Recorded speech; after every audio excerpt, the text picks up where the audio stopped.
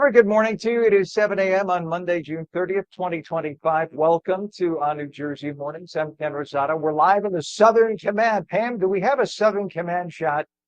The ocean cam, as we like to call it. This is, or the beach cam. This is the Southern Command. And by the way, the temperature side by side with New Jersey in Fort Lauderdale is basically exactly the same. The only difference is we're going to have about 10 to 15% higher humidity today. Otherwise, it's funny that the weather is basically side by side the same in Fort Lauderdale and New Jersey. It is now 7:01, and the phone lines are open at 888-658-0234. Most of the body this morning becoming part of the body this afternoon. Highs around 90. Meteorologist Mike Favetta with the full Garden State Forecast. Good morning, Mike. Good morning. So, do we have the heat shield on the beach camera this morning? Protected from that No, I didn't get a strong. chance to do it. We'll see if it freezes. I think it's All frozen right. already. Still, a static image of that postcard view looks very pretty. We've got some great beach weather here in New Jersey today with beautiful skies, starting off nice and clear, highs climbing well into the 80s, even 90s inland, starting your day at 72 over in Toms River, 76 on LBI, even 66 up on the green in Morristown. A little bit cooler than this time yesterday, north and west of, say, the Turnpike down toward the coast, right about where we were at 7:02 a.m. yesterday morning, and the humidity quite high down the shore. I have to head further north and west to enjoy a little bit less humidity with some drier weather. Nevertheless, there's a heat advisory in place for the Philly suburbs down toward those counties around through 8 p.m. tonight, and that's due to a little bit of that extra humidity that you'll find away from a cooling sea breeze today. Notice a few early morning showers south of 195. These are zipping on by. Likely have a few early morning sprinkles, wet spots, but it doesn't last long. We're back to sunshine for most of the day today. Oh, gotta get rid of that wind chill. It keeps sneaking in there. As far as our forecast, we start off with temperatures that begin in the 70s. Light breezes around anywhere from 10 to 15 mile per hour gusts today. But as that wind picks up through the afternoon, you will notice a cooling effect with those 15 to 20 mile per hour winds coming off of the water. Those cool breezes translate to a little bit of a warmer finish to the day as the breezes come in from the south and west tomorrow and get quite gusty in the afternoon. 30 mile per hour gusts down by the beaches tomorrow afternoon in Atlantic City. That will bring back a little bit more of a humid and warmer feel. And the heat index starting off in the low 70s, but quickly climbing into the mid 90s away from the shore today. So there's our afternoon fun. You see the temperatures climb into the 90s, being cooled off by a late day afternoon thunderstorm, almost reminiscent of Central Florida, if you will, with those temperatures holding back down into the 70s after the storm pushes by. Again, it's still okay to head out toward the beaches today, but keep an eye to the sky for a few passing thunderstorms later on today. Same for you in northern New Jersey after 9 or 10 o'clock. Then we get through tomorrow morning, and I think we start off partly sunny. There'll be some breaks in the clouds. Temperatures quickly warm back into the 90s, so that wind coming out of the south, cooling the coast, but making it feel very warm inland with those hot breezes. And then by tomorrow afternoon, as the front tries to slide on through, we get another line of storms as soon as 1 or 2 o'clock. These are more widespread across the state. They take us through tomorrow evening, and that'll help cool us down back into the 60s to start off Wednesday morning in the low and mid 70s. So a much more comfortable feel on the way by the time we get to Wednesday, but still, we managed to make it into the 90s Wednesday afternoon. It's a very typical summertime pattern. Morning sun, midday clouds, then an afternoon passing storm with temperatures reaching the low 90s each day. As we head into Thursday, do it again with another round of afternoon storms that push on through. So overall, a very summertime feel here in New Jersey with highs each day climbing to about 90 degrees. Best chance of a widespread storm is probably tomorrow, and then we start to see a little bit drier as those conditions improve just in time for the observed 4th and even going into the weekend. We'll tell you more about that, Ken, coming up with a check of your 7-day forecast in just a few minutes. I love observing the 4th. Am I sounding echoey and weird to you, Mike? I mean, I know I sound weird all the time to you, but that's a whole different story. We're in the Southern Command, for those who don't realize. So we're transmitting from 1,100 miles away. We just want to make sure it's working. Sound? This is a live on air test, Mike. Little echoey, just a touch. A little echoey. All right, we'll work on it during the commercial break. Make magic happen. Thank you, sir. We will try. So everyone kind of bear with us on this special Monday morning. At 7:05, we have a check of traffic right now. We have a downed wire on Route 124 eastbound Brook Lake Road in Chatham. All lanes are closed. We also have a crash on the Garden State Parkway northbound, north of exit 12S, which is in Middle Township. All lanes are open, but that's causing some problems. Garden State Parkway, we have a crash northbound south of exit 13. That's way down Avalon Boulevard in Middle Township. All lanes are open, though. And we have a building fire, Route 47, both directions north of Schooner Landing Road in Millville. All lanes are closed. A lot of this is in southern New Jersey right now. Let's take a look, if we could, at the 8095 approach. Cameras out.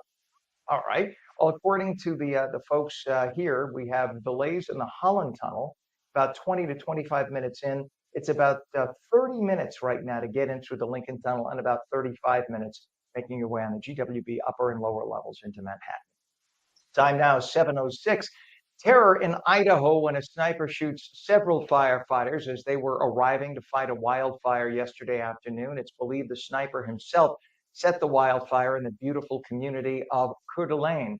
The man who is believed to be the shooter was eventually found dead of a self-inflicted gunshot wound on Canfield Mountain. Authorities say that he was the only shooter. 2 firefighters were killed. 1 is stable after receiving surgery. The shooter's identity not yet been confirmed. It's not known what his motive may have been. New Jersey's legislative committees advanced the state's 2026 budget. The behemoth, near $59 billion spending plan will now face votes in the full state assembly and Senate today. Governor Murphy will then have until a second before midnight tonight to sign it into law to prevent the state government from shutting down. And that, again, is 11/59/59. If it doesn't happen by then, the government shuts down. June 30th is the official deadline in the state law, the state constitution, to avoid the state government shutdown. Liberals love the deal. It adds billions of wasteful pork. State Republicans are bristling at the proposed budget, but they're all but powerless to do anything to stop it. Liberal State Senator Paul Sarlo chairs the Senate Budget and Appropriations Committee and warned everybody that no matter what, this budget would pass. You don't like it? Tough luck. Your money? I don't care. That's the way liberals look at your money. It's their money, and they're just letting you touch it for now. Republican State Senator Mike Testa of Vineland, whom we will have on a little later this morning, was livid over more than $750 million in last-second pet project pork that the careless leftists in Trenton snuck in like kids stealing candy from a blind sweet shop owner. That kind of reckless, wasteful, irresponsible spending is the reason why New Jersey taxes are out of control and thousands of residents move out every year to states like Florida that are larger, with more services, lower property taxes, and zero state income tax.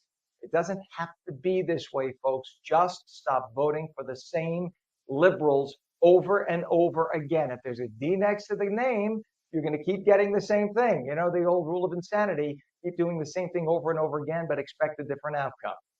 It is 7:09. A new Rutgers Eagleton poll reveals 48% of New Jerseyans believe the state is on the wrong track. They keep voting the same way, while 39% say it's headed in the right direction as voters gear up to choose Governor Phil Murphy's successor this November. Democrats are optimistic, with 63% approving the state's path, while 77% of Republicans disagree. Economic concerns like taxes and affordability dominate, cited by 36% and 22% of respondents. Republican Jack Ciattarelli and Democrat Mikey Sherrill are vying to replace Murphy. It is 7:09. State Senator Michael Testa, whom we mentioned a moment ago, has proposed renaming the Delaware Bay to the Bay of New Jersey, inspired by President Trump's executive order renaming the Gulf of Mexico the Gulf of America. Testa's bill, introduced Thursday, would update state materials to reflect the new name, citing New Jersey's fishing and tourism industries. The bay, named since 1610 after Delaware's Lord Delaware, see, Delaware, see, that's where it comes from, is vital to the region. Testa is also seeking to reclaim land along Salem County shore from Delaware. Senator Testa joins us live again at 7:30 this morning to talk about the Bay of New Jersey and the upcoming vote. A bipartisan group of New Jersey legislators has introduced a bill to remove the state police from the Attorney General's oversight, making it an independent department reporting directly to the governor. Sponsored by Senators Michael Testa, he's a busy guy, Anthony Bucco, and others. The measure aims at freeing the 3,000-member agency from restrictive directives and bureaucratic delays under Attorney General Matt Platkin. See, Matt Platkin can say, don't go after illegal aliens. But if we got a Jack Ciattarelli in office, he could say, go after illegal aliens. The problem is Matt Platkin right now has control over the state police, so they would have to answer to him. Critics argue Platkin's oversight, including probes into police misconduct, creates tension. How could you be in charge of the police force and then be the guy who may have to put them in jail if they do something wrong? It is 7:11 right now. A 24-year-old Indian woman vanished days after arriving in New Jersey for an arranged marriage. Simran arrived in the U.S. on June 20th. Surveillance footage captured her looking at her phone, seemingly waiting for somebody with no signs of distress, police say. Authorities note that she may have had no intention of marrying, maybe seeking a free trip to America. Simran, who speaks no English and has no U.S. relatives, was last seen wearing gray sweatpants, a white t-shirt, black flip-flops, and diamond earrings. Her phone only works on Wi-Fi, so police cannot track her. Yesterday's weather sent a lot of people to area beaches and waterways. Yesterday afternoon, police say a man fell out of a boat on the Fifth Avenue beach in Asbury Park. He was struck by the boat's propeller. Lifeguards rushed to help. Asbury Park firefighters quickly arrived on scene and rushed the man to the hospital. No word on his condition or what led up to that accident, but it's good advice to everybody who likes to boat in the summertime. Be very careful, especially kids around boats that have motors, because that can be very dangerous. 7:12. Federal prosecutors have charged a 58-year-old Florida man with making violent online threats against New Jersey's interim U.S. Attorney, Alina Habba. Salvatore Rosato allegedly posted messages in May, including calls to eliminate, in quotes, Habba and wishing her a, quote, painful death. Charges are charged with threatening a federal officer. He could see 10 years behind bars if convicted. A dead humpback whale measuring 25 to 30 feet washed ashore on Long Beach Island in Ocean County Friday morning. It was discovered by beachgoers on the 130th Street beach in Beach Haven Terrace. The young whale was significantly decomposed. Marine Mammal Stranding Center is awaiting low tide to safely examine the mammal. Authorities are investigating the cause of the whale's death. It is 7:13 Sunday morning. The Belmar Volunteer Hook and Ladder Fire Company responded to a car crashing into a building. It took out a support beam in front of the Dollar General store on Belmar Plaza. Firefighters were able to install a temporary brace to support the structure. No reports yet of any injuries. In Newark, a 5-month-old puppy named Finn was found abandoned in the cardboard box during a scorching heat wave. Temperatures hitting 100 degrees. Pitties and PALS Rescues reports Finn received emergency medical treatment and is now in critical but improving condition. The rescue group is urging the public to help support Finn's recovery. It is 7:14 now. Our temperature, 73 degrees. When we come back, New Jersey politics like no one else can talk about it. New Jersey Globe editor David Wildstein will have the inside edge. Mostly cloudy this morning, becoming partly cloudy this afternoon. Highs about 90, the full Garden State forecast when we return. You're watching ONNJ Mornings, stream daily on Roku, Fire TV, NewsON, Samsung TV Plus, Apple TV, Facebook, and X, and now streamed live on Rumble and Twitch. Just go to twitch.tv/ONNJ. We're coming right back.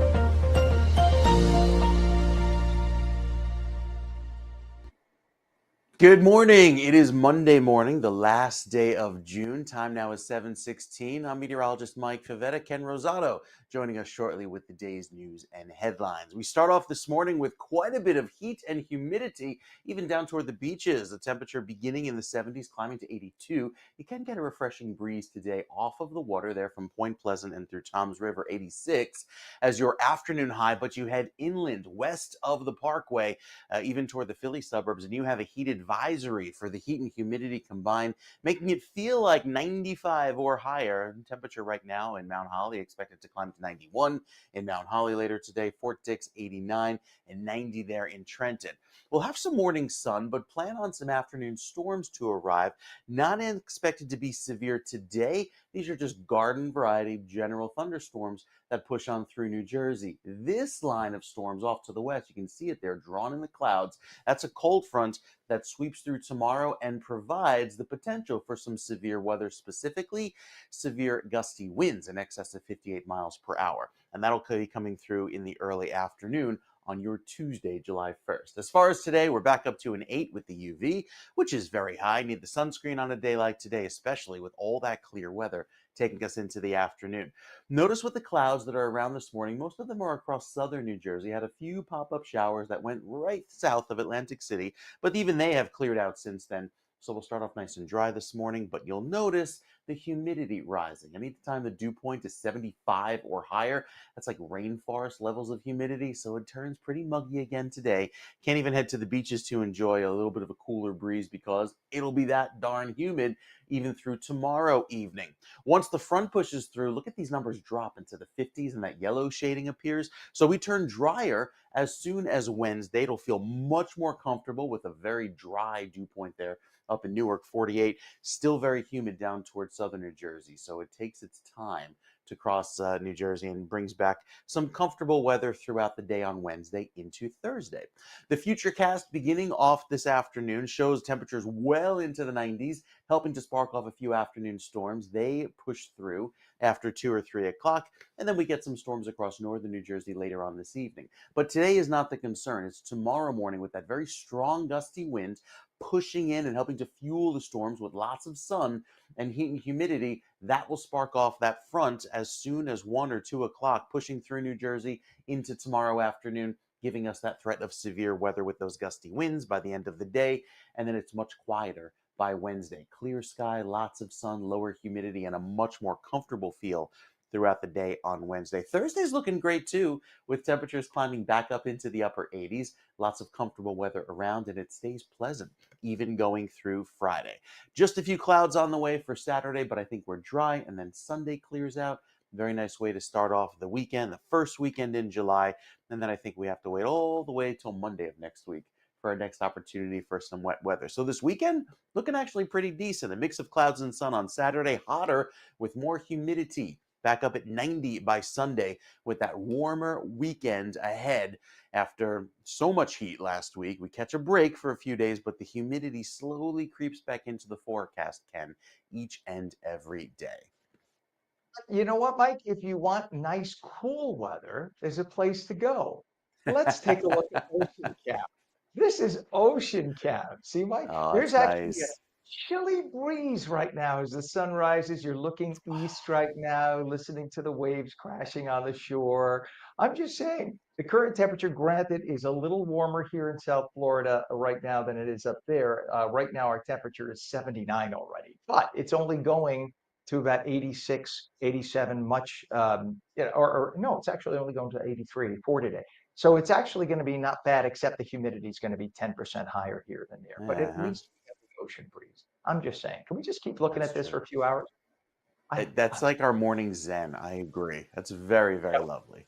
my cup of green tea. That's what that was. Thank you so much. All right, Mike, we'll check back with you in just a little bit. I feel like we should be getting paid from the Fort Lauderdale Convention and Visitors Bureau. Of What do you think? course, that's it. Yeah, where's that bid money coming in? We got to send some bids to them, definitely. All right, we'll check back in a little bit, Mike. Appreciate you, bud.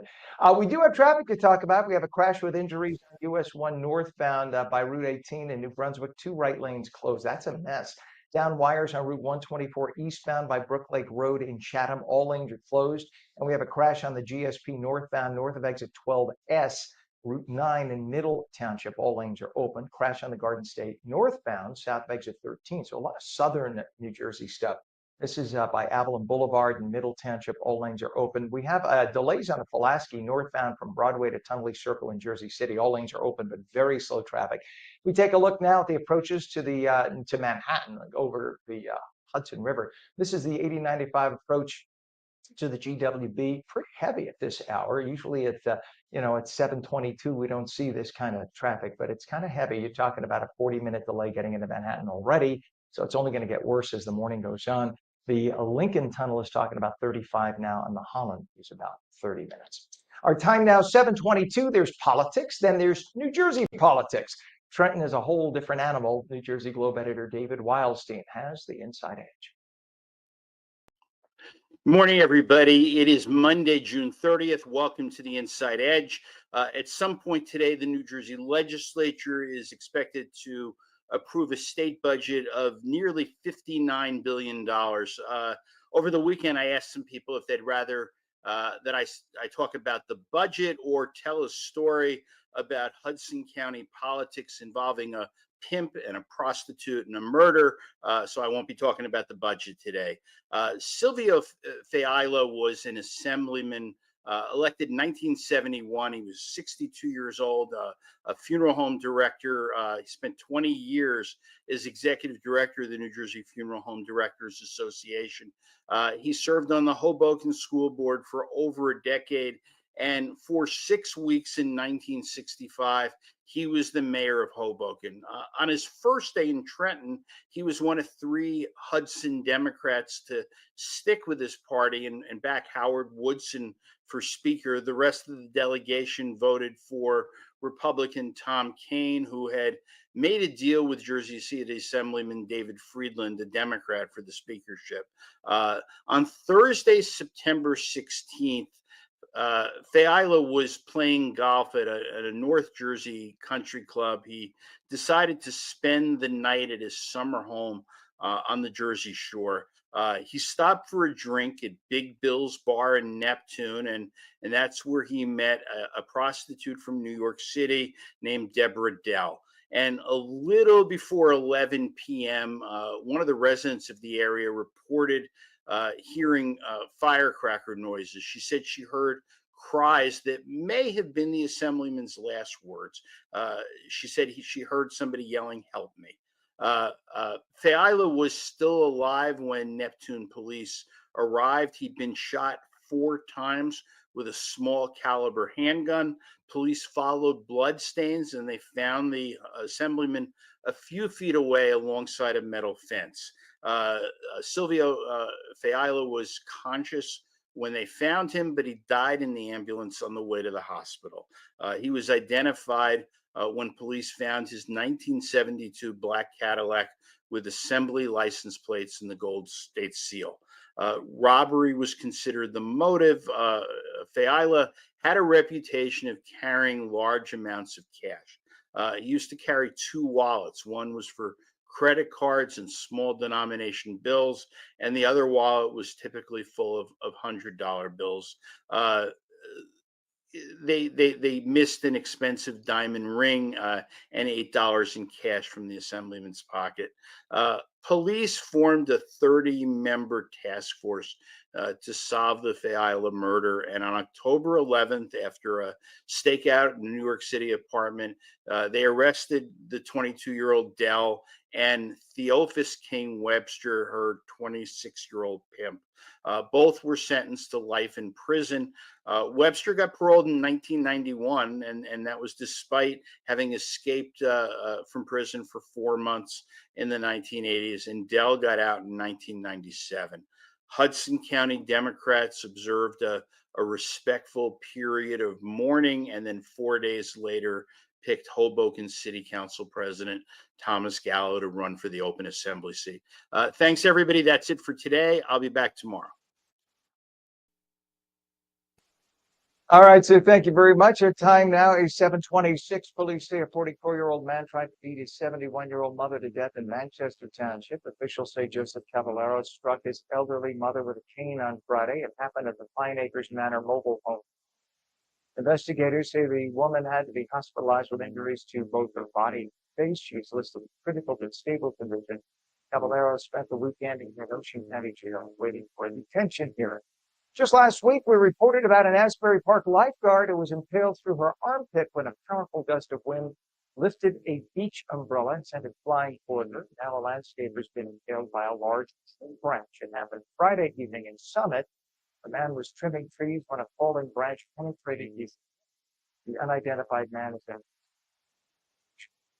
Time is 7:27. A big fire in Newark yesterday left 13 families searching for new places to live. Just after 9 a.m., officials say the fire broke out in the Taylor Street building. It took nearly an hour for firefighters to get the three-story blaze under control.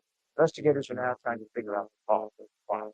Socialist New York City mayoral candidate Zohran Mamdani doubled down yesterday on his plan to hike property taxes on, quote, richer and whiter neighborhoods, while saying that billionaires shouldn't exist. In fact, at one point, when he was speaking to a group of people, they shouted him down because he acknowledged that Israel has a right to exist. They don't like that on the left, apparently. Mamdani claimed his soak the rich proposal was not driven by race, despite his campaign platform explicitly targeting white homeowners. By the way, he has online tweets going back 10 years where he's criticizing and mocking people who are white. This is a racist. A white person with a history of criticizing anyone of color, they would not be in this situation. Apparently, the mea culpa is just what it is. So the Democratic nominee for New York City mayor shrugged off concerns of invoking race with young voters, arguing that just are the socialists complaining about the city shrinking tax rate, but blamed it on the soaring cost of living, pushing people out of the city while touting these plans to live. We are coming right.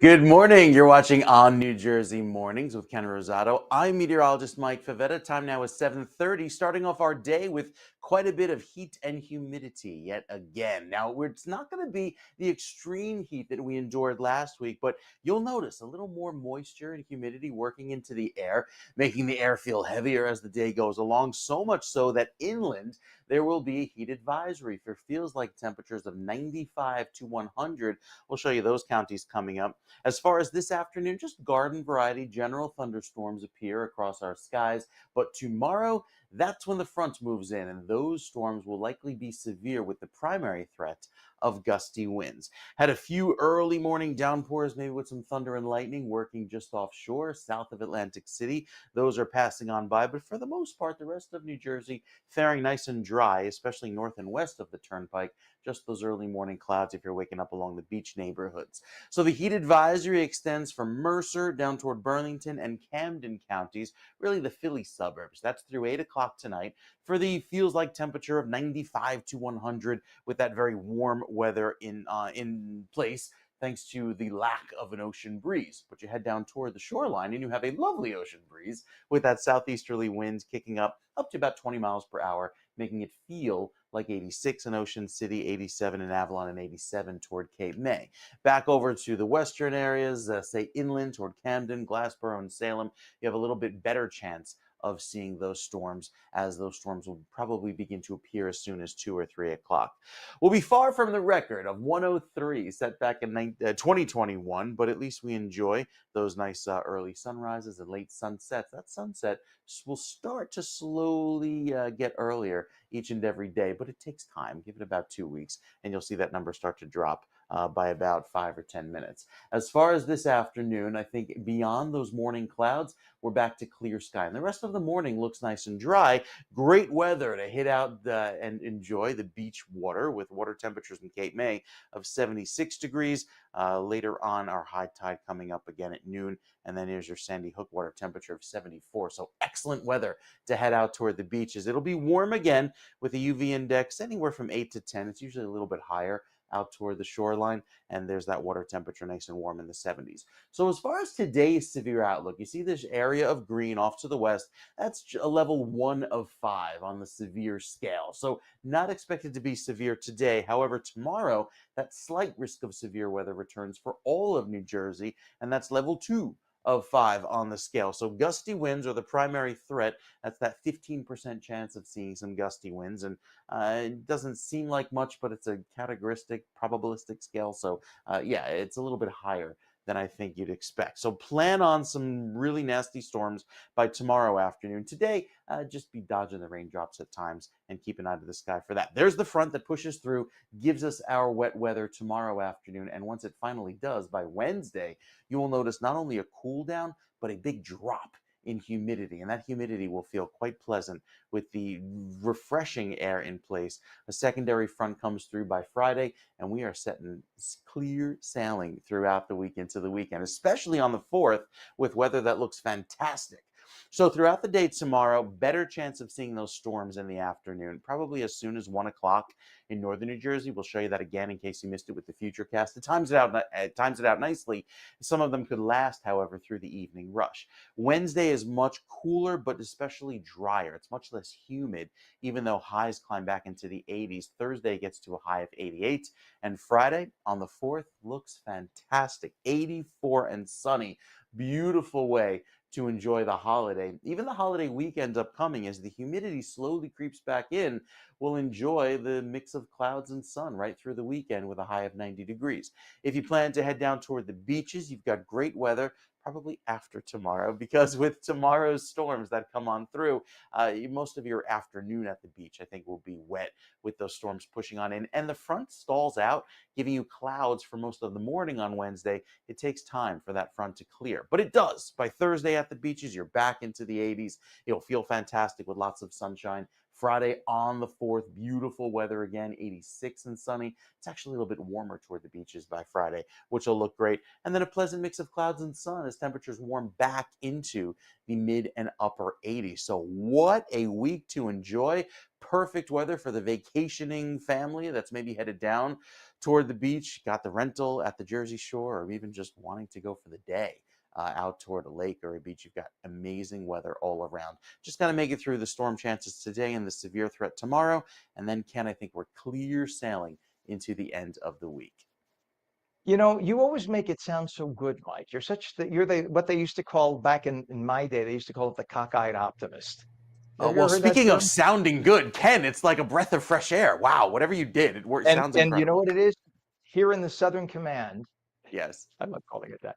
That's borrowing, by the way, from Rush Limbaugh. He used to call it the Southern Command when he was in Palm Beach, just north of where I am. Here in the Southern Command, when I'm not using the equipment, I pack it all into boxes and put it in the back room so it doesn't stay Ah, out. And this is a living room I'm in. And then, of okay. course, when I come down, I unpack it and I hook it all up. The problem is sometimes there's that one switch you don't press, and there was Oh boy, one button I the did not press. button, So I the apologize button will get to the you. minion. That's it. What'll get you is so true. Mike, thank you very much, buddy. You We'll bet. check in just a little bit with you, but we do have a lot more news going on. And we should let you know also about traffic right now. We do have a lot of issues on the roadways. We have a crash with injuries now reported on US 1 northbound by Route 18 in New Brunswick. The right lane is currently closed. We have downed wires on Route 124 eastbound by Brook Lake Road in Chatham. All lanes are closed. We have delays on Route 21 northbound from north of exit 13 to exit 14, Route 46 in Clifton. All lanes are open, but we have a lot of traffic through that area right now. Also, delays on 280 westbound from east of the Stickle Drawbridge in Harrison to exit 14E, which is King Street. All lanes are open, but once again, just a lot of traffic right now making your way through. We have delays now also on 280 eastbound from east of exit 12, which is the Garden State Parkway in East Orange, to east of exit 13, Orange Street, Newark. All lanes open, but very, very heavy. Looking at the Hudson River crossings right now, we're told that the Holland Tunnel currently has 25 minutes to get across. The Lincoln Tunnel is currently about 30 minutes, and the GWB 8095 approach pretty darn heavy for this hour of the morning. It's only 7:38, and we have a lot of issues right now. Look at that. I think a lot of that is the sun glare in people's faces. Look at the way the sun's beating down on the windshields of those trucks, especially in the lower level approach on the left. So I think that just my guess, but my bet is that that causes a lot of people to hit their brakes. And as one person in the front hits their brakes, everybody behind them doubles down and hits their brakes. So that by the time you get a mile or so back, people are basically stopped. And so this is certainly an issue every single morning at this time. Anyway, we move on right now. Our time is 7:38 as we move on New Jersey Mornings on this Monday morning. We were talking just a few minutes ago about Zoran Mamdani, the person who is the presumed candidate, the Democratic candidate for mayor of New York City. And Mamdani has a history that goes back a number of years. First of all, he is not born in America, which you could run for local office without being born in America. That's perfectly legal. You just can't run for president. But he was born in Uganda, and his family originally traces back to the Middle East before migrating to Africa. A lot of Middle Easterners migrated to Africa over the last couple of centuries, and then they make their way from there to here. He comes from a family that is very far left. So his family lived under communist regime. This is what gets me. Why do you leave a communist regime if it's so great, only to come to America and want to impose communist regime? It doesn't make sense. But here's the problem. You say, well, Ken, America is a melting pot. It welcomes everybody. And yes, you're right. That's the beauty of America. The problem is when you look at somebody, I'm looking over here to my right, I have a list of his platform. Freezing rent, creating city-owned grocery stores, fare-free buses, expanding and protecting gender-affirming care, something that the federal government already said you can't do for children, but he wants to extend it for all. So he wants your insurance, government insurance or your insurance, to pay for gender-affirming care. Many would argue that if you want to alter your physical body, okay, that you go ahead and do it with your own money. Don't you go ahead. You're an adult. You do you, as they say in this country. You do you. Don't come to me, though, and ask me to foot the bill. Because you could make the argument if somebody has gastric bypass surgery and they have loose skin, say, right now, that's not covered by insurance. That's not. And people do get infections with that loose skin. Someone who's lost 400 pounds, 500 pounds, I know people who have. They get infections on a daily basis from the loose skin. And it's very hard. Only rarely will an insurance company cover that. The point is, they had a medical condition that required surgery, but yet the follow-up surgery that would clean up removing the dead skin or the hanging skin or whatever is not covered. Why is it that somebody who has a perfectly healthy body with perfectly healthy breasts or perfectly healthy penis or perfectly healthy testicles, there's nothing physically wrong, they could continue living 50 more years with those organs intact? Why is it that the government or private insurance that comes out of your pocket and mine should be forced to pay to have them remove their perfectly healthy organs? The people I'm talking about with gastric bypass surgery, that skin is not healthy, but yet it's not covered by insurance. And these people, and people like Zoran Mamdani, want you to pay $50,000 or $100,000 so that they can remove their breasts or their penis or their testicles. Do you know that people who have gender affirming care usually need surgical follow-ups and infection prevention for the rest of their lives? Why do you think that is? Because biologically, that's not the way they were made. They are literally going against everything that they were created to be. And maybe psychologically, they are of a different gender. I don't argue that. I'm a gay man. I get it. Okay? Don't call me a homophobe, as I've gotten many an email. You're a homophobe. Well, I'm a hell of a homophobe being a gay man who's married to a man.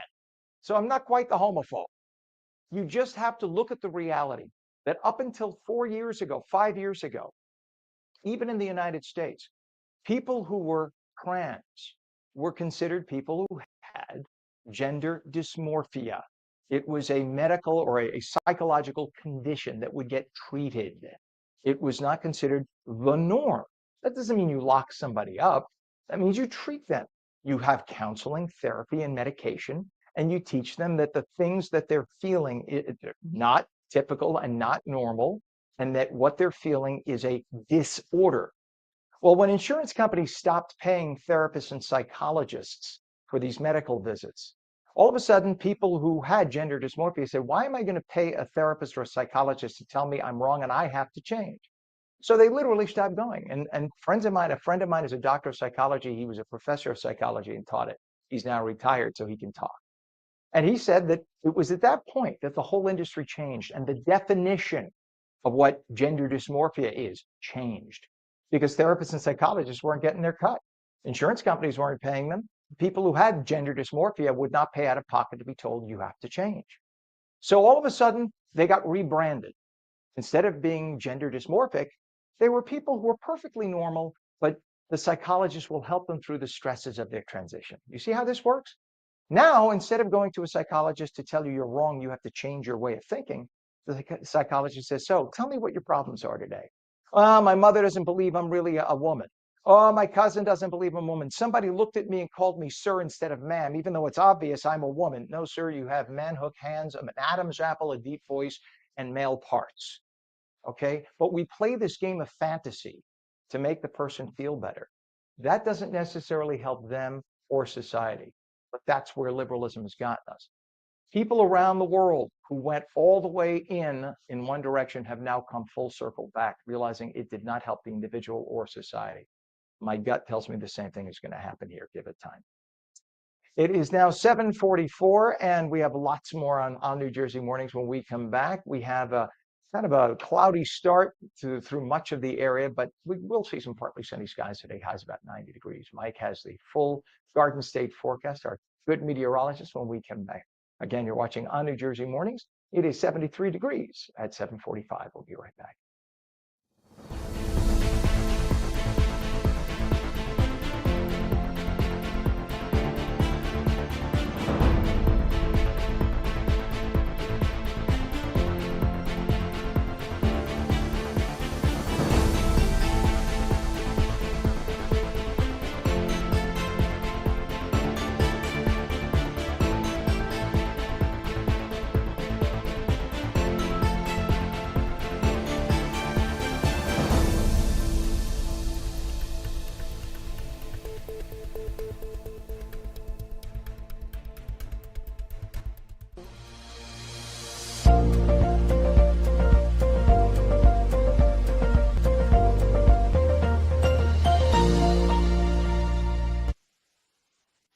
And welcome back to On New Jersey Mornings for your Monday. I'm Ken Rosato. Can you believe Monday is here already? Man, the weekend just kind of goes right by.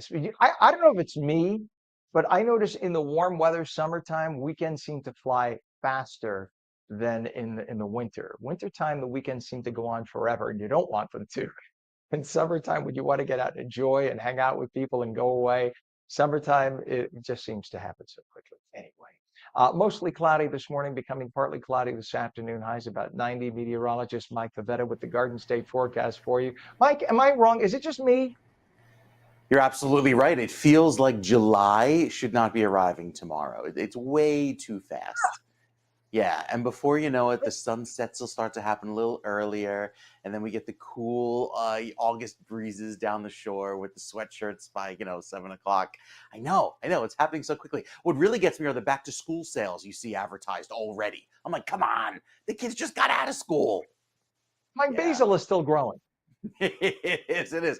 I planted late this year because of the move, so I hit all the sales at the garden center. And yeah, we've got the tiny Right. tomato plants that hopefully will last a little longer into the fall season. So we'll see how a Fingers late garden crossed. does this year. If the Yes. rabbits don't get to them first, but we'll try it out. Rocco will scare them away.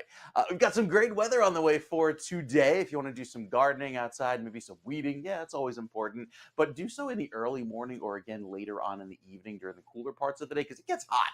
Yet again up in Wayne, 91 along Route 46, along Route 80 and 17 in Hackensack, 91 for you. And over in Jersey City, 88 degrees, slightly cooler down by the waterfront and the harbor. But even toward Newton and Hackettstown, as temperatures there in Morris County and Sussex County climb up to around 90, it's going to be hot throughout this afternoon with decent air quality to start the day. It once again becomes a little poorer throughout the afternoon as that strong sun works through. So we're at the moderate level of pollutants in the atmosphere. Not good, but not unhealthy. So right there in between, taking us into this afternoon. As far as the air quality level statewide, again, it's above 50, so that's a moderate level of air quality. Likely turns better by Wednesday when we get that refreshing northwesterly breeze. Looking ahead through the middle of July, temperatures will begin to warm yet again to slightly above average, and that goes for most of the Northeast and even most of the Mid-Atlantic too. So I think better chances of seeing some drier weather as well, as we're pretty much average in terms of the precipitation outlook through the middle of the month. But for the short term, plan on some wet weather. Today with some run-of-the-mill afternoon scattered thunderstorms. Tomorrow has the line of severe weather that comes through New Jersey, likely gives us some strong straight line gusty winds throughout the early afternoon. As soon as 1 o'clock, as that front develops and pushes through, and lasting through the evening rush. That's why you see rain and thunderstorms there for most of the day tomorrow. Wednesday is much drier, not necessarily cooler temperature-wise, but a lot less humid, and that drier, more comfortable feel sticks around through Thursday with a reinforcing shot of drier, cooler weather on Friday. The 4th is looking fantastic. Beautiful weather to kick off the holiday weekend, and it stays pretty decent with just a few clouds developing throughout Saturday and Sunday, but still with rain-free conditions and highs in the upper 80s and low 90s. Nobody's complaining about that. Again, rain this afternoon with some scattered storms down the shore. Same for you with the front pushing through. Severe weather likely at the shore points throughout tomorrow, later on in the day. And the front kind of hangs around and lingers, so there'll likely be some more clouds early in the morning Wednesday, with clearing occurring later on in the day. Thursday and Friday, still warm. Great day to head toward the beaches if you've got the extra day off. Make it a 4-day weekend. Look at that sunshine. Highs in the 80s lasting right through Sunday. Beautiful weather to enjoy. So don't need to travel very far. You can enjoy some very tropical-like weather around here with that sunshine at the Jersey Shore upcoming. Once we get to Thursday timeframe, it looks really, really pleasant, Ken. Nice. I like the word pleasant. Pleasant is just not Mm-hmm. used enough on our air, and I think we need to start using it more. Let's make that part of the daily I agree. dictionary. Yep, it'll be Pleasant. part of the All right. vernacular. Uh-huh. There you go. Thank you. That's the word I was desperately searching for, the vernacular. I got you. There you go. Thank you, sir. We'll check back and check those tomatoes. Make sure they're growing. It is now 73 degrees in Trenton. Our time is 7:51. And in terms of traffic, we have down wires on Route 124 eastbound by Brook Lake Road in Chatham. All lanes are closed right now. Delays on 280 westbound by I-80 and Parsippany Troy Hills. All lanes are open, but just a lot of delay, a lot of volume. And I think as the sun, there's certain pockets of sun and clouds this morning. So wherever you have the bright sun, and it is bright, you have that June sun, it is still June. I think a lot of people are getting blinded as they're heading east. And so you have a lot of delays on especially eastbound roadways. And we check the 8095 approach right now to the GWB. It is not moving well on the upper level, which is on the right. In fact, it's basically, look at it, stop on the upper level. The lower level on the left seems to suddenly be moving before it was stopped. So I don't know what's going on, but something shifted, and you could see things moving well or better, at least on the lower level than the upper level. So that's an option for you. The Lincoln is 25 minutes across. The Holland is 20. President Trump has the chance to accelerate his political momentum by driving his most significant piece of second-term legislation through Congress and taking a July 4th victory lap. The measure, dubbed the One Big Beautiful Bill Act, is Trump's attempt to engineer lasting change through legislation in an administration that's also wielding huge executive power. It codifies some of Trump's key goals so that a future president doesn't undo them, from financing his deportation crackdown to slashing green energy projects. The legislation, which offers new benefits to working Americans, is a snapshot of the transformation and contradictions of today's Republican Party. It is like a vote or two away. We'll see what happens. Radical left Congresswoman Alexandria Ocasio-Cortez has long asserted that she earned her street creds by being from the streets. For several years now, many have talked about the fact that she lived in the very wealthy suburb of northern Westchester County, the wealthy part of Westchester. Westchester is one of the most exclusive and expensive counties in the entire nation. Well, last week, one of Cortez's former classmates shared his school yearbook with the world, showing little Sandy, as she was known back then, not Alexandria Ocasio-Cortez, but Sandy Cortez. That's what she went by. Not even Cortez, Cortez. Showed her in all of her 14-year-old glory, living quite the life in very comfortable Yorktown Heights, a far cry from the tough streets of the boogie-down Bronx. In response, Sandy Cortez said, quote, growing up between the Bronx, see, now it's growing up between the Bronx and Yorktown, quote, and she doesn't even say Yorktown Heights, which is the expensive part. She says Yorktown to make it sound like, oh yeah, I lived in northern Westchester, but not the expensive part. She lived in Yorktown Heights, which is more expensive. She says, growing up between the Bronx and Yorktown deeply shaped my views of inequality, and it's a big reason I believe the things I do today. Well, then why did you stay? Why did you stay?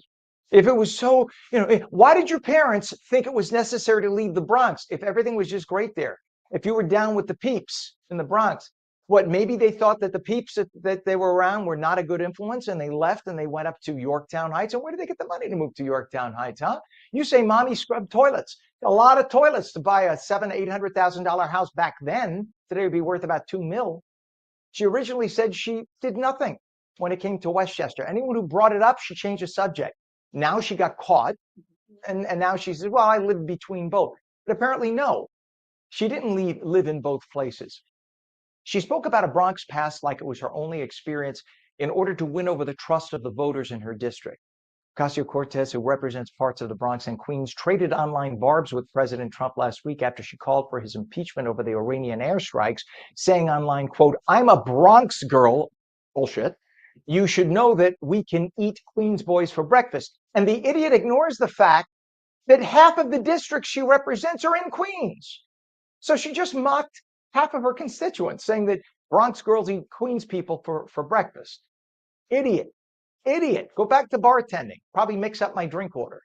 For the record, Ocasio-Cortez apparently again was born in the Bronx, but her family had enough money to purchase a $750,000 home in Yorktown Heights, at $750,000 back then, when she was 5. So it is not likely that Ocasio-Cortez developed any Bronx street smarts and street creds at the age of 3 or 4. She was raised with a silver spoon in her mouth in the far-flung northern Westchester community of Yorktown Heights, where I can't afford a house. Many of you can't afford a house, but that's where she was raised. And she makes it sound like she is down with the struggle. And Sandy, you ain't down with any struggle. And she's worth millions and marrying somebody worth millions right now. That all works, right? She's down with the struggle. Yeah, whatever. It is 7:56 right now. The far left Democrat mayor of Mount Vernon, New York. More Democrat hypocrisy. Tipped off a political pal that he was about to be arrested for allegedly molesting a 12-year-old girl 2 weeks before the man was locked up. That's according to a lawsuit. Mayor Shawin Patterson Howard allegedly contacted disgraced basketball coach Dwayne Murray in late April to warn him of the pending bust. The word is she texted that he needed to come into her office, but didn't say what. This is the allegation. And when he came into her office, she showed him a text about him potentially being arrested. So this way she could look at jurors and say, I never told him anything. No, she only summoned him to the office and then showed him a text saying that he was about to be indicted. That's how she tipped him off. Why would she do that? She did it because the guy was one of her primary campaigners. He was a big campaign advocate and worked for her to get elected. So the 62-year-old Murray is a Mount Vernon youth basketball coach, at least was, who worked on the mayor's campaign. Police say that he's been charged with the sexual abuse of a 12-year-old girl, allegedly molesting the poor girl for more than a year. Murray does deny any wrongdoing, but the people investigating say they got quite the case. So we'll see what happens, but everybody's innocent until proven guilty. So we'll see where this goes. But now the mayor of Mount Vernon is in heap fit of trouble. That's the woman you see on the right there. The time now is 7:57. Police say a 44-year-old man tried to beat his 71-year-old mother to death in Manchester Township. Officials say Joseph Cavallaro struck his elderly mother with a cane on Friday. It happened at the Pine Acres mobile home community. Investigators say the woman had to be hospitalized. She had injuries to her body and face. She's listed in critical but stable right now. Cavallaro spent the weekend in an Ocean County jail waiting for a detention hearing. And just last week, we reported about an Asbury Park lifeguard who was impaled through her armpit when a powerful gust of wind lifted a beach umbrella and sent it flying across the beach right toward her. It ended up impaling her through the armpit and out her shoulder blade. She survived. She was awake the whole time, never lost consciousness. It missed all the vital arteries and nerves. She is very, very lucky. She's recovering now. Well, now a landscaper has been impaled by a large tree branch. He was trimming trees in Summit on Friday evening. The man apparently did not realize that as he was trimming this one giant branch, it broke off and he was right under it and it caught him in his neck. So we just hope he's going to be as fortunate as her. The unidentified man is in the hospital. He is still in critical condition. Say a prayer for him. It is 73 degrees now. It's 7:59. When we come back, we will have more news, and it'll be mostly cloudy this morning, becoming partly cloudy this afternoon. Highs about 90 degrees, the full Garden State forecast when we return. We'll also take your calls at 888-658-0234, 888-658-0234. You're watching on New Jersey Mornings, and we'll be right back.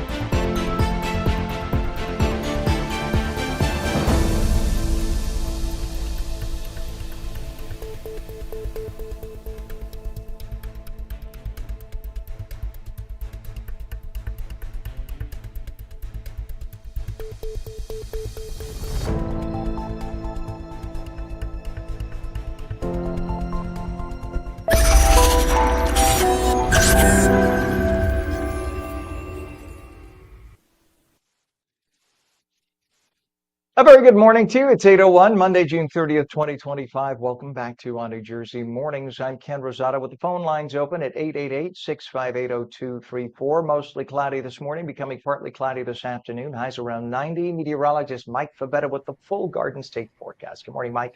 Good morning, Ken. The temperature just updated behind me, 81 degrees at 8 o'clock this morning in Newark. It's hot. It's hot, and it's going to get humid through this afternoon. So another round of heat and humidity again for New Jersey.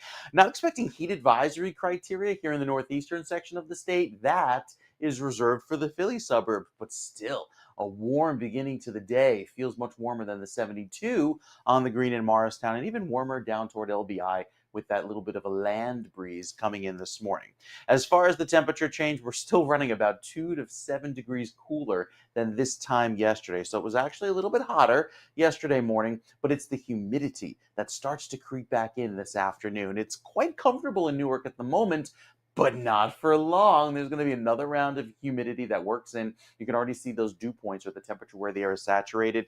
Feeling like South Florida here in the low 70s this afternoon, and it's going to feel quite warm. Hence the heat advisory through 8 o'clock tonight. And I have a feeling this repeats again tomorrow, at least until those storms come in the afternoon. Had a few early morning rumbles of thunder with a quick passing non-severe thunderstorm that rolled just south of Atlantic City, and some of those light showers extended up into Ocean County there through Tom's River. As far as this morning, it's a calm start to the day with light breezes, but the winds pick up through this afternoon, coming in off of the water, feeling much more pleasant by the shore once we get to 2 and 3 o'clock. And then with the southerly breeze that sets up for tomorrow into tomorrow afternoon, that helps fuel the storms that arrive through tomorrow afternoon. So all these winds gusting up to 35 miles per hour on LBI and 30 miles per hour in Atlantic City, pushing in that very hot and humid air, clashing with the front that provides the colder, clearer air. And once the front pushes through, it'll turn drier and less humid throughout the course of the day on Wednesday. So less humid weather on the way, but until then, it gets hot. With the heat index already feeling like 82 in Newark and feeling like 82 in Camden. Very warm to start the day. So the futurecast plays out this afternoon's storms very nicely. There'll be garden variety, run-of-the-mill storms, not expected to be severe. This still could put down a quick, round of rain or even some gusty winds and some lightning, but still with the threat around beginning around 2-3 o'clock and lasting through this evening's rush, there'll likely be some scattered storms around today. As far as tomorrow, we're clear throughout the morning, very hot and humid with temperatures climbing into the low 90s, even 95 in Newark by noon. That is some warm weather. And then by 2 o'clock, you see these scattered storms begin to bubble up. They push on by and give us some severe weather potentially with the strong gusty winds throughout tomorrow evening. They don't quite make it through until later in the morning on Wednesday down the shore. So you're still probably left with some clouds at daybreak on Wednesday, but even that clears out by the afternoon, and those dry northwest winds will cool the atmosphere and also bring the humidity down as well. Thursday is looking beautiful. Lots of sunshine, temperatures not as hot. We'll still make it to 90 by Thursday afternoon, but it's the humidity that will feel much better, and then a quick passing sprinkle potentially with another reinforcing shot of cooler weather for Friday that'll make it feel very pleasant going into the holiday. So as far as tomorrow, scattered storms more likely on the severe side of the scale, and then throughout Wednesday and Thursday, temperatures still manage to make it to 90, but it won't be as stubbornly humid, that suffocating heat that we've had to deal with that has been sending people's air conditioners on the fritz, sending your energy bills sky high. It was kind of nice to hear the AC click on and off for a change rather than have it run 24/7 as it has been all last week. And you can get out and enjoy some very pleasant weather by the pool or the beach this week. It looks really, really nice after tomorrow's storm threat, Ken. Yeah, we'll see what happens. I don't know what AC being on 24 hours a day is like. Okay, I'm in South Florida. I'm lying through my teeth. But it actually, excuse me, where we are here on the ocean, and the ocean cam is down because the sun is hitting it now. Still have to There it fix is. that. Yeah. Mike, for the record, we're in South Florida right now. I am. Mike is in the Northeast, but I'm in South Florida, and we have a little camera, a phone, outside on the balcony. But when the sun rises in the east here, as opposed Mhm. to rising in the west, which is that'd be a whole issue onto itself. When the sun rises in the east, the camera is black and it absorbs all the heat, and so it just shuts down, and so it doesn't blow up. And Hmm. that is an Yeah. issue. So I have to figure. Mike said, no, put a white sheet, cover, whatever. I'll figure You it could out. try By the white tomorrow, sheet. we'll I have think all it might help in the morning, or maybe build like a little solar shield, like an piece of aluminum foil over the top to reflect the rays of the sun. I mean, you might get some calls thinking like it's some kind of alien projection that you're trying to communicate with the stars. Who knows? I'll be the most popular guy in the condo. Let me tell you, I certainly will be. All right. Thank you very much, Mike. We will check back in just a little bit, sir. It is currently, what is our time? 8:06 right now. The temperature, Mike's saying it's 81 degrees in Newark. Trenton is way cooler. It's 73 degrees. That's in the middle of the state, but it is, again, much hotter. For Newark, it just absorbs heat. It's always the hot spot for the tri-state, so it's always going to be a little warmer. And it's 73 in Trenton and 73 in my stomping grounds where I normally am in northern New Jersey. 8:07 is our time. In terms of traffic, we have debris on I-280 westbound west of exit 12, the Garden State Parkway in East Orange. Left lane is closed because of that. And we have a crash with injuries on 1 and 9 southbound north of 78 in Newark. 2 right lanes in the right shoulder are closed. That's a mess right now. Down wires on 124 eastbound by Brook Lake Road in Chatham. All lanes are closed. And the approaches to the Hudson River right now, the Holland Tunnel has about a 20 to 25-minute crossover. It's 25 at the Lincoln. The 8095 approach to the GWB right now looking kind of heavy, as you can see on the upper level on the right, lower level on the left. You have 1 or 2 lanes there. It seems not moving, but then as you make your way over to the left, it is moving. So I got to check out, see what's going on with those right lanes and why it's so slow and why everyone just isn't getting over to the left. There's got to be a reason. I will find out and let you know. 8:08 is our time right now. Terror in Idaho when a sniper shoots several firefighters as they were arriving to fight a wildfire yesterday afternoon. It's believed the sniper himself set that wildfire to lure them in the beautiful community of Coeur d'Alene. The man who is believed to be the shooter was eventually found dead of a self-inflicted gunshot wound on Canfield Mountain. Authorities say that he was the only shooter. 2 firefighters were killed. They were just doing their job, showing up to fight a fire. A third is in stable condition after receiving surgery. The shooter's identity has not yet been confirmed, and it's not known what his motive was. 8:08, Hackensack Meridian Health is boosting healthcare in Clifton with the grand opening of its new Health and Wellness Center on Metro Boulevard. On New Jersey's Lisa Marie Falbo tells us what this new facility is offering to Passaic County residents. Today, we're in Clifton, where Hackensack Meridian Health just unveiled their new Health and Wellness Center, a major step forward in increasing access to care for residents of Passaic County. Located just off Route 3, the Hackensack Meridian Health and Wellness Center in Clifton is more than just a building. It's a promise to meet patients where they are. It's the 4th Health and Wellness Center opened by HMH in just 4 years, offering a wide range of services under one roof. This one is really special to have this health and wellness center here in Clifton, New Jersey.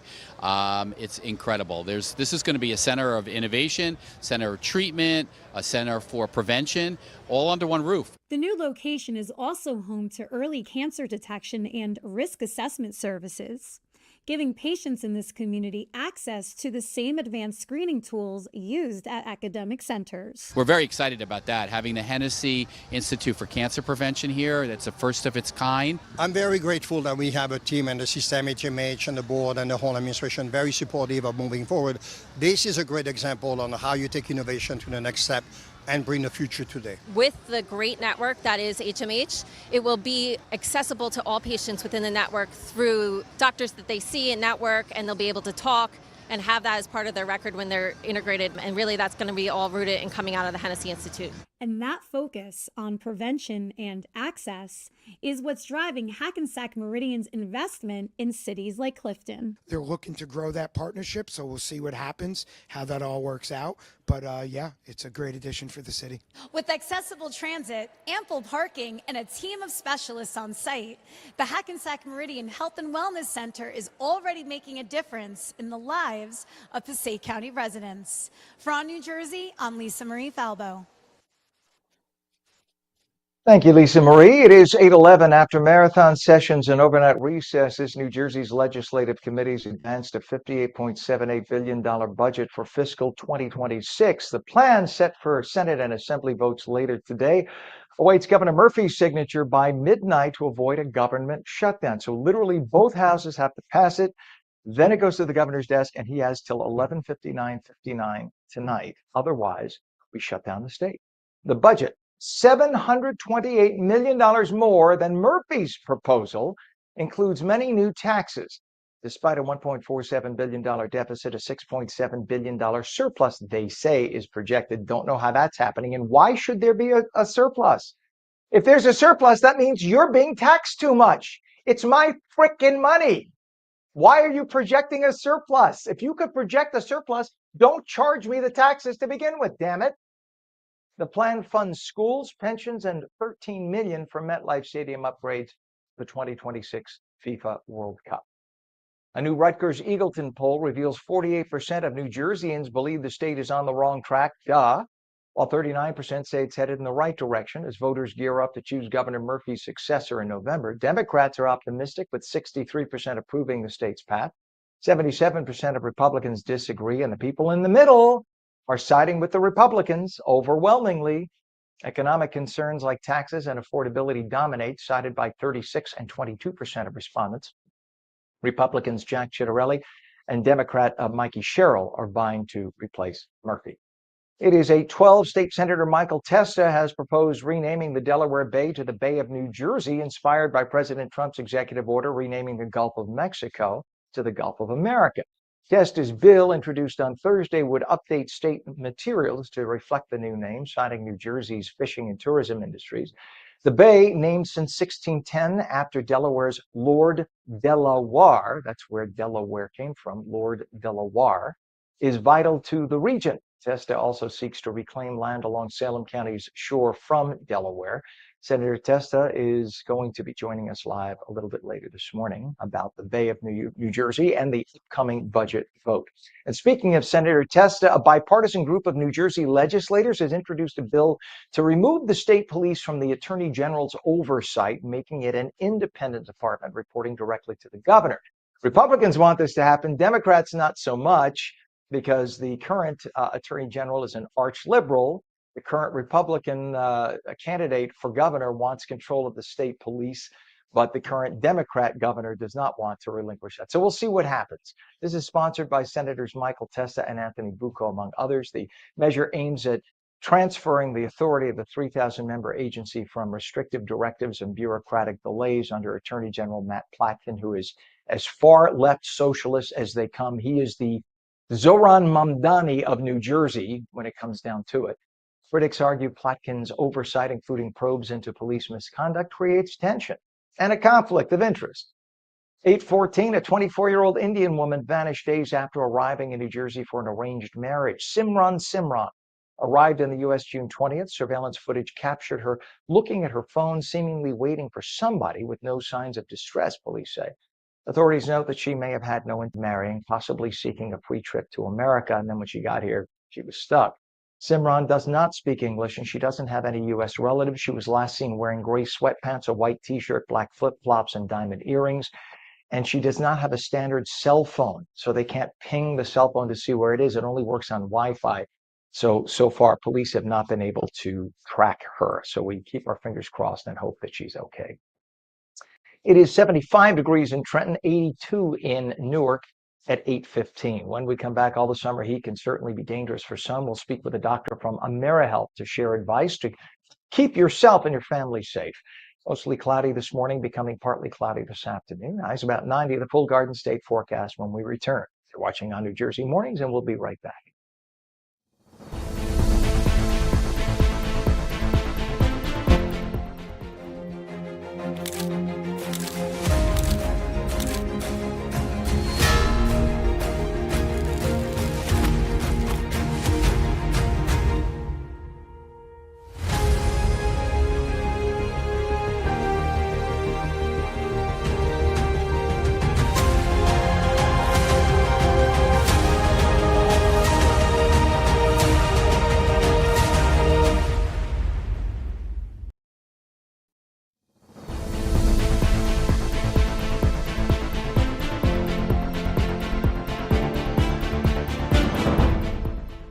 And welcome back to On New Jersey Mornings for your Monday. It is 8:16, mostly cloudy this morning, partly cloudy this afternoon. Highs about 90. Meteorologist Mike Favetta with the Garden State forecast. Morning, Mike.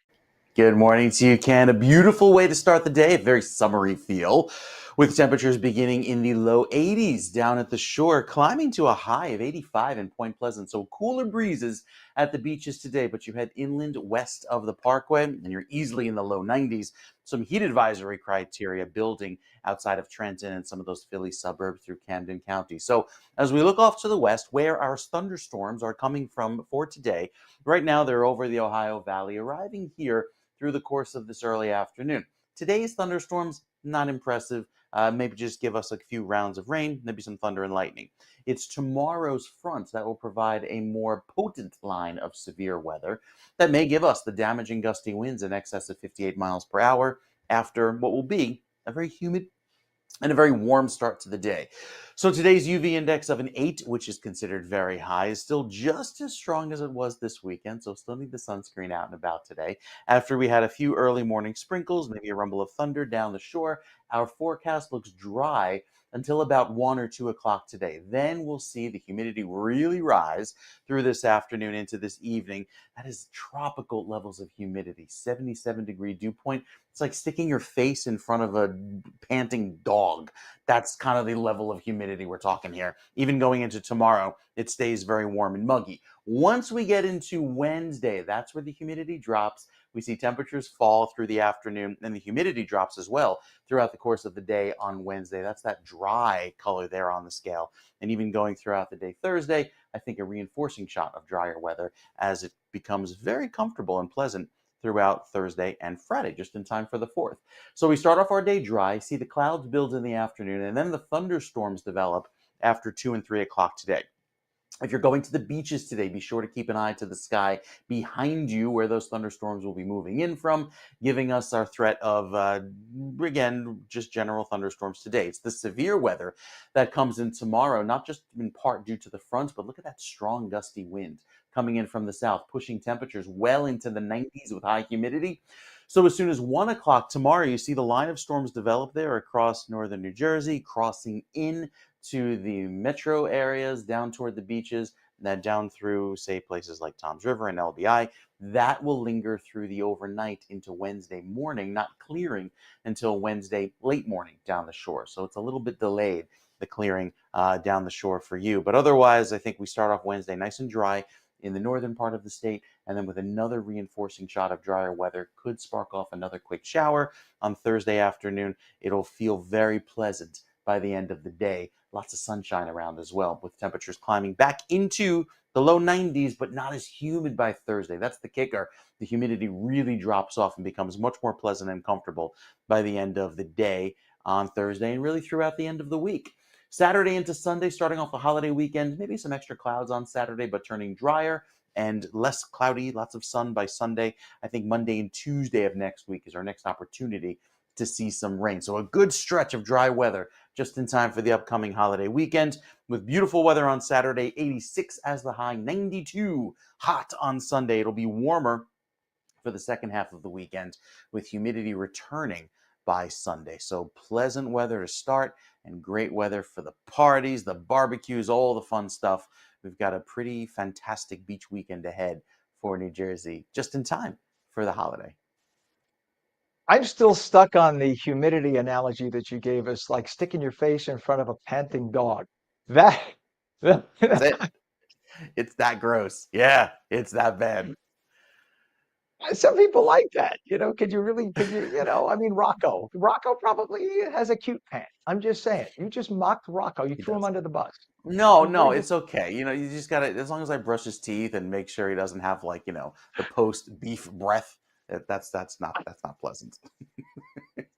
He's the best. All right, Mike. Thank you very much, sir. Appreciate it. It is 75 degrees in Trenton, 82 in Newark right now at 8:20.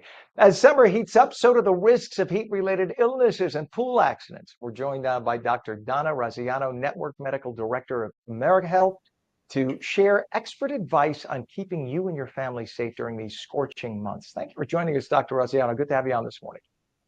Thank you for having me today. You bet. Now, the temperatures are soaring. It's going to be 90 degrees today. We had temps over 100 degrees last week. What are the early signs of heat-related illnesses that people need to look out for, especially things like heat exhaustion or heat stroke, and who is most at risk? Right. Well, thank you. So really that with the heat, it can actually cause problems with breathing. Normally with just the extreme heat, as Mike was mentioning, it's hard to breathe. The heat can actually make you dizzy. It can make you nauseous. It can make you very fatigued. There can actually be a point of that heat exhaustion where you're really feeling really wiped out and really not feeling well. It can progress to heat stroke. Heat stroke actually can be very life-threatening. That's really when someone gets that point of delirium, where that temperature, the internal core temperature is like 104 degrees. It's sustained heat. You can't get that core body temperature down. You're so delirious where you actually don't even know to come back inside. So that's where it goes from heat exposure, heat exhaustion, then heat stroke. The concern with that heat stroke, it's not just all older people or young adults and children. It can actually just be in those occupational workers, seasonal workers who are out in the sun. So you really need to be mindful of what the temperature is, what part of the day is going to be the hottest, to try to prevent that. Because if you are not in that moment of that heat exhaustion where you're starting to feel it and you don't take care of it and seek shelter or seek cool temperatures, ice water, and you progress, it's really tough to come back for treatment. If you don't seek treatment right away, you really can be very, very ill, and there actually is heat-related death. Yeah, I was in my 20s when I had heat stroke. I was on the beach of Cancun. I was obese, like 360 pounds obese, and I was on water pills. Imagine that? And I laid out in the sun and fell out after having cocktails the night before and coffee in the morning. Can you get any worse than that, doctor? Laid out on the beach on a towel in a distant part of the beach because I was heavy and I didn't want everybody to see my big gut. And I fell asleep in Cancun for 2.5 hours, woke up seeing stars, towel wet, skin dry, stood up, fell down and passed out. Thankfully, Yes. there was a vendor nearby with buckets of ice, dragged me into the shade and dumped ice all over me, or else I don't think I'd be here today. And I was in my 20s. So that is just, people just take it for granted and think, I'll be okay. It is, you could go from perfectly healthy to dead if you're not careful. So it's so important. Hydrate. And if you start to feel any symptoms, get in the shade. Just don't risk it, right? Yes, and I want to go back to the point of the ice. I think ice is a very important thing. It helps prevent and it helps treat. So if you actually, it's not just having that cold water available, it's actually using that hot ice. If you're really hot, go for the ice. Put the ice on the head, right? It decreases your core body temperature quickly. Like those cooling blankets, it's ice. Ice will really, really help save you and bring you down quickly to where you can actually think. I mean, you were lucky to be, for someone to find you, because that's exactly how things can happen. People lie down in gardens and that's how they can die. The one thing I really wanted to talk to you about is also those vulnerable elderly, right? The shut-ins. So making sure this isn't, the heat-related illness is not necessarily taking care of yourself, but it's actually taking care of others as well. So if you do know elderly that are shut in and do not, we're not sure if they're doing the right thing, like double checking, is there shade down? Do they have the air conditioning on? Making sure they're really being taken care of themselves. They're drinking water. The issue with the elderly as well is that they don't have that thirst, right? So as you're in that 8th, 9th decade of life, you don't drink as much, right? The need to thirst it's not there. So you're not drinking throughout the day. You might not even realize that your internal temperature is high. Your thermostat's not working that well, or it's very hot inside. There are multiple layers. So really making sure they're wearing the right thing. The room is cooled down. They're having access to water. So those are the folks that actually can have those heat-related illnesses, and they're not even outside in the hot sun on the beach. So you can see those two extremes. The indoor elderly can be equally at risk as the ones that are outside in the sun. Yeah, Doc. I mean, I have parents in their 80s and 90s, never drink enough water. I have to get on them all the time for it. Never. Oh, I had a half a glass 10 hours ago. No, you got to drink. And I mean, I always tell them, just keep a giant glass of water next to you to remind you, so you just keep sipping all day. And the other thing is, Right. they always feel cold, so they're always wearing a sweater. My dad, I took him to the doctor last week. It was 100 degrees out. He had a sweater on. I was like, get the sweater off. They never, I guess they don't, their body senses are not as acute.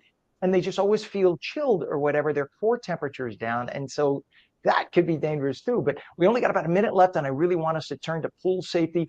Drowning, a leading concern, particularly for young children and seniors. So what are the key safety measures families need to implement? No, the one thing about pool safety is people always, you hear about the child number 3, right? So your first child, you're very vigilant, right? And then you start to get a little more comfortable. So you really need to make sure if you have more than one child, someone is responsible for those children. So we're in a pool situation. Everyone thinks, oh, there's enough adults around. Someone's going to watch the child. You really need to make sure someone's on alert, right? So if there's not a lifeguard present, right, in a regular pool and you're at a backyard pool, someone is watching the children. Super, super important. I cannot tell you, this is where accidents happen. They're in their background pools and people think that another adult is watching the child.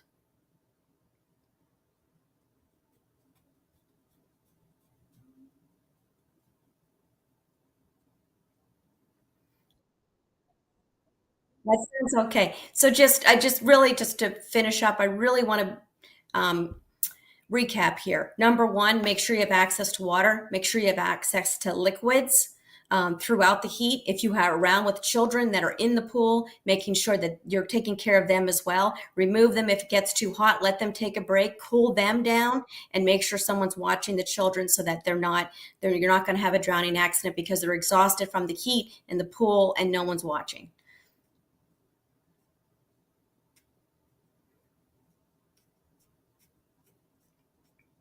Dr. Graziano, thank you so much for your expertise. We appreciate that specifically because, especially with the heat that we endured last week and how it won't be as hot this week, I think people might let their guard down, specifically with the extreme heated warnings that we had last week.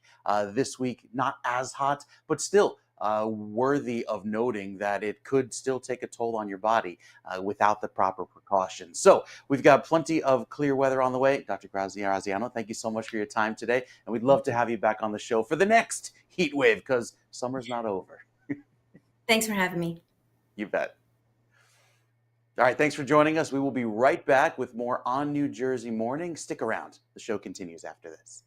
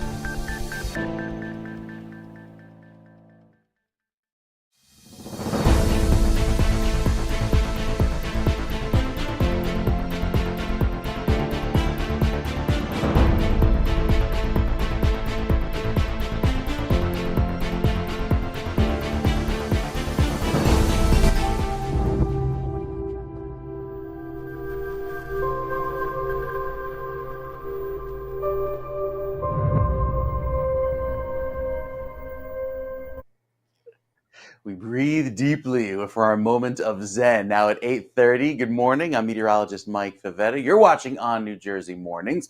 Ken Rosato is coming up next with the day's news and headlines. As far as this afternoon is concerned, our weather headlines bring back the heat and especially the humidity. That will creep back into the forecast and kind of get you if you're not prepared. Specifically with the heat advisory already posted for areas inland around Philadelphia with the Camden, Mercer, and Burlington counties.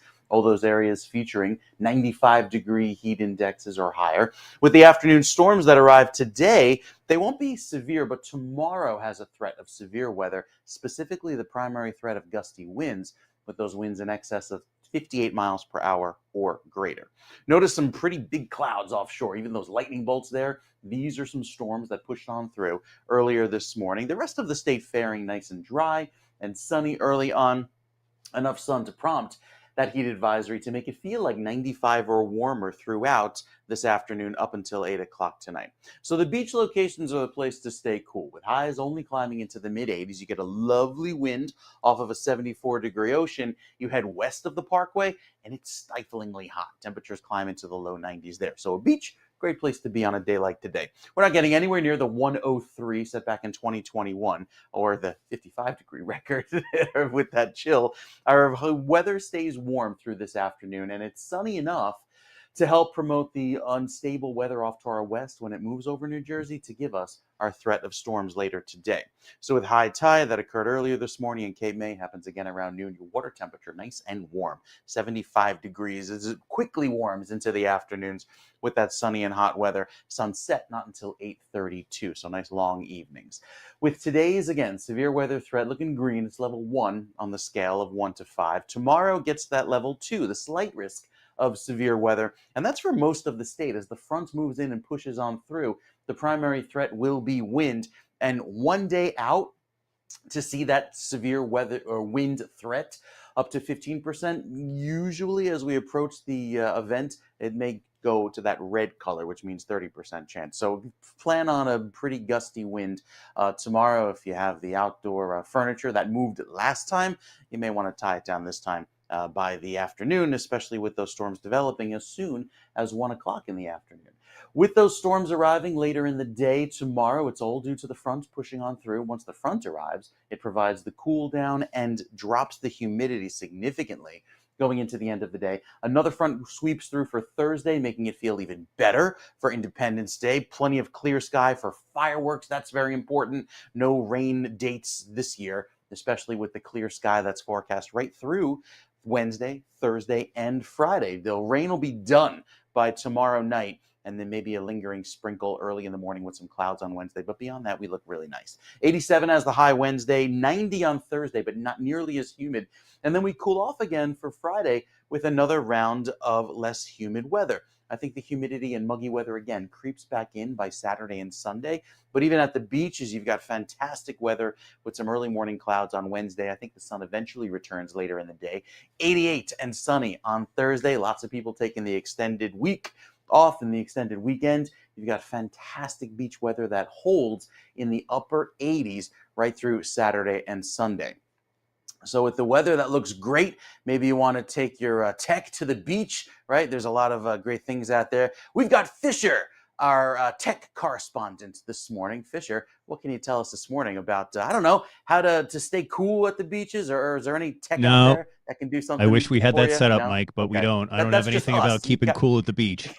You got to have us here on. We'll tell you how to do that. Ken and me live. That's right. That's right. Just don't bring your laptop into the water. That's pretty much the only thing that I can suggest to you. That's a very good tip. Very good tip. Don't do it. But I do have a story about Facebook. I have one about TikTok, and I have one about Tesla. So it's up to you which one will tickle your fancy.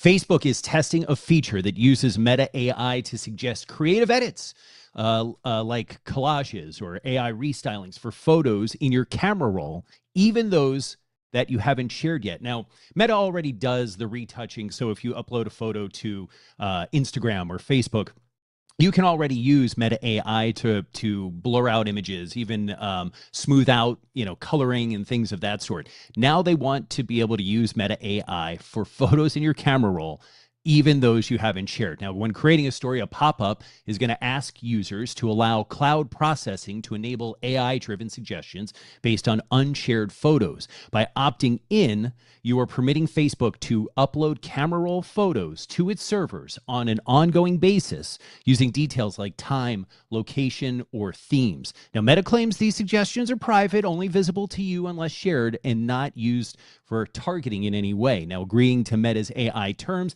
allows allows analysis of your photos, including facial features and objects, to generate personalized content. Meta, depending on how you pronounce it, states that in this test, camera roll photos are not used to improve AI models, only to enhance suggestions. Now, users can disable the features in Facebook settings under camera roll sharing suggestions by toggling off cloud processing. To note, I tried to do that before going on air, and I did not see anything called camera roll sharing suggestions. The feature currently is being tested in the United States and Canada, and not all users see the pop-up, so that would explain it. Some users reported unexpected AI edits. Now, understand, Meta is saying that they won't do this unless you opt in.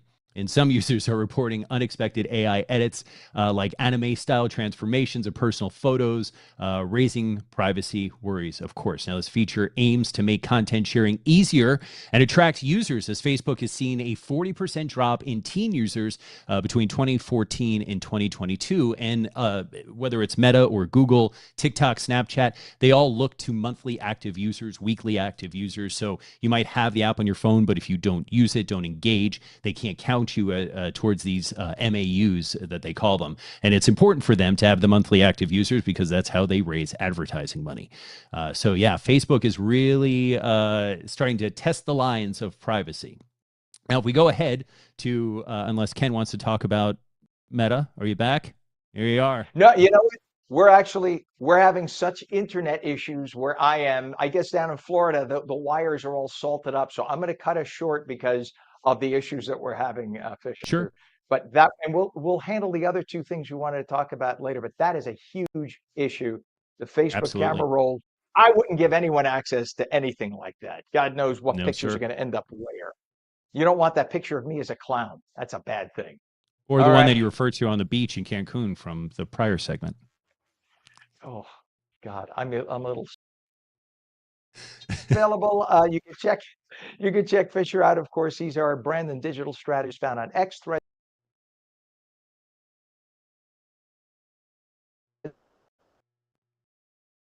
I think we lost Ken. How about now? We got me back? All right, wrap it up. I'm literally transmitting to you on that right now. So this phone is transmitting everything. So, well, I'll hold it up. Thank you very much, Fisher. We'll check back with you right now. Let's move while I do have a signal. Let's move to our senator whom we wanted to talk about. So we had, of course, two major things going on today. Look at this. I'm standing in the shot holding a phone because we're transmitting remotely. Today is the day. We have a deadline tonight, actually, to get our budget passed. And at the same time, we have a proposal to rename Delaware Bay to the Bay of New Jersey, following the same calls that President Trump had with the Gulf of Mexico, making it the Gulf of America. And this is a proposal from South Jersey State Senator Mike Testa, who's taking a play from the president in that. That's a very smart play, I think. Senator Mike Testa joins us live on the phone. Welcome to the show, and I apologize about some technical issues on this end. Good to have you on today. It's great to be on with you, and I can't wait to see the Delaware Bay named the Bay of New Jersey. Well, my guess is the Republicans are probably supporting this, and I'm guessing the Democrats are bristling at it. I don't know that that's the case. Am I kind of calling it right? Yes, and look, I just introduced the bill. A lot of what I did with introducing this bill, I'm trying to highlight the Bayshore communities, especially the Bayshore communities that I represent, the Bayshore community of the state of New Jersey that borders what is currently named the Delaware Bay, runs from Cape May County, where I represent, Cumberland County, where I represent, and also up into Salem County, which is my neighbor. And, I want to highlight our great oyster industry, all of the watermen that provide so much of our sustenance that goes out not only to the state of New Jersey, but when you see oysters and scallops and crabs on your menu all over the place, much of that comes from the Delaware Bay. And I think it's unfair that it's named the Delaware Bay, as Delaware only has 28 miles of coastline on the Delaware Bay, and New Jersey has 52 miles. So almost double the amount of shoreline on the Delaware Bay is New Jersey, and it's named the Delaware Bay. So a lot of what I'm trying to do is highlight all of the great things that we have in our Bayshore communities. And also, with the Haskins Lab of Rutgers University is in my legislative district. They did the oyster genome project there of the triploid oyster. It's amazing the work that has been done there. So if you've ever had a Cape May salt oyster or a sweet Amalia, that's exactly where the oyster genome was mapped out of Port Norris and at the Haskins Lab. It's tremendous. And New Jersey is a very special place. You know, it may not be one of the physically largest states, and it certainly is not. But for what it contributes to the United States, it's one of the original 13, right? One of the first 13. It's sandwiched uniquely between New York and Philadelphia, two of our largest cities. Of course, New York, the largest, and Philly, one of the largest in America, top 10. And this is a very special place. This is where the people who love to work in New Jersey, or work in Manhattan, I should say, in Philadelphia, they call New Jersey home in many cases. They come to New Jersey to escape the craziness of Philadelphia and New York. So why not have something to honor the great Garden State that it is? Agreed. I mean, again, people don't understand the economic multiplier of just our shell fisheries, where we harvest wild oysters, where we obviously have cultivated oysters. It's incredible what just comes out of there. And the economic multiplier is probably around $50 million. And the worldwide impact of the triploid oyster, which was, again, mapped at the Haskins Lab right in my legislative district on our Bayshore community, is over $5 billion per year. It's remarkable. It shouldn't be the Delaware Bay. It should be the Bay of New Jersey. We have Rutgers University, an outpost right there at the Haskins Lab. It's tremendous. Rutgers is the University of New Jersey. We should be proud of that fact. It should be the Bay of New Jersey. I'm with you. All right, we have about a minute and a half left here. Senator, let's talk about the proposed budget, which looks like it's going to pass because of your wonderful leftist socialist colleagues there in Trenton. I know you are a little more politic about what you call them because you have to sit next to them. I don't have to, and I'm quite frank. Between Trenton and Albany, I've never seen such a group of far leftists in my life who love to spend money like it was just going out of style. The fact that these individuals would shove in $750 million on top of our illustrious governor, and then have the nerve to say we'll have a $6.2 billion surplus. Here's my question. If you're going to have a freaking $6.2 billion surplus, then why are you taxing me that extra money to begin with? Absolutely. And remember that $6.2 billion surplus, much of that is based on the $4.6 billion that Governor Murphy borrowed during COVID. And if you remember, myself and Senator Doug Steinhardt were the attorneys on that issue. Originally, Governor Murphy wanted to borrow $9.8 billion. Because of the lawsuit, they were only able to borrow $4.6 billion. And I, quite frankly, think that was too much. But our state Supreme Court, our state Supreme Court allowed it. And here we are. So $4.6 billion of that alleged surplus is based on borrowed money. Only in New Jersey can you borrow money and label that revenue or surplus. It makes absolutely no sense, and I call it the mathematical gymnastics that happens under the Gold Dome. And this is because our friends, look, you have an Italian surname, I do as well. I bet you the two of us could sit down and we could have a drinking game over how many of our friends refer to their Democrats that they vote for as, hey, he's a good guy. Yeah, my grandfather was a Democrat when he came over here. I always vote Democrat.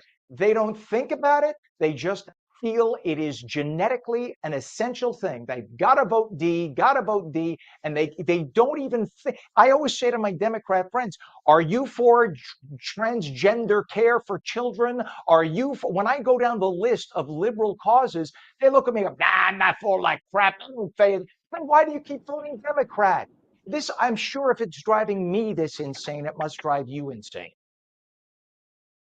It absolutely does. And you hit the nail on the head.